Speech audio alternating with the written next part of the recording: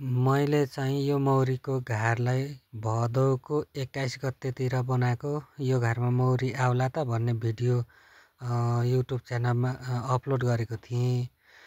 यसमा मौरी अहिले मैले राखिसकेको छु। यो चाहिँ घारमा मौरी राखेर अहिले चाहिँ मौरी सफल तरिकाले बसिसकेको अवस्था पनि छ। यो घारमा कसरी मौरी राखियो त भन्ने कुराहरूको झलक चाहिँ म छोटो रूपमा देखाउन गइरहेको छु। मैले पालेको अर्को घारबाट मौरी छुट्टिएको थियो र हामीले चाहिँ पानी छेपिसकेपछि बाटो छेकेर मौरीलाई नियन्त्रण गर्न खोज्दा यसरी इस्कुसको झ्याङको छेउमा चाहिँ वरिपरि घुम्दै बसिरहेको थियो र यसपछि यो मौरी चाहिँ यहीँ नै बस्यो र हामीले यसरी यसलाई कन्ट्रोल गरेको थियौँ। मौरी चाहिँ इस्कुसको झ्याङमा केही बेर घुमिसकेपछि यसरी झ्याङभित्रै रहेको बाँसमा गोला लागेर बस्न सुरु गर्यो र यो राम्रोसँग यसरी जम्मा भइसकेपछि मैले यसलाई डालीको माध्यमबाट उठाएर घारसम्म पुर्याएको थिएँ। त्यसलाई पनि म छोटो भिडियो मार्फत नै देखाइरहेको छु।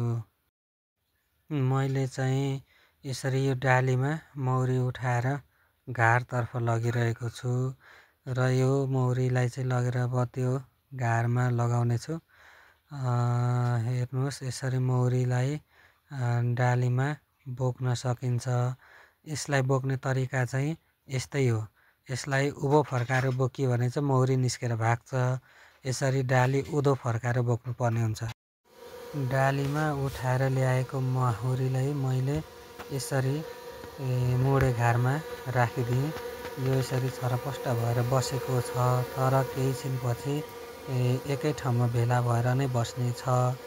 मैले यसरी राखिसकेपछि यसलाई राम्रोसँग बिर्को लगाएर पुवालहरू चाहिँ माटोले मजाले टालिदिएको थिएँ।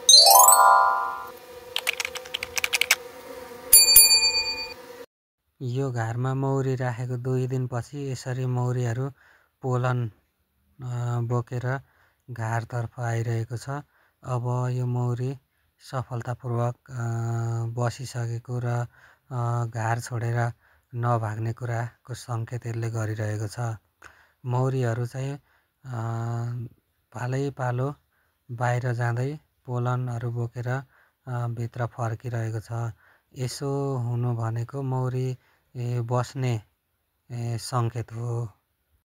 मैले चाहिँ भाग्छ कि भनेर क्विन गेट पनि राखिदिएको थिएँ।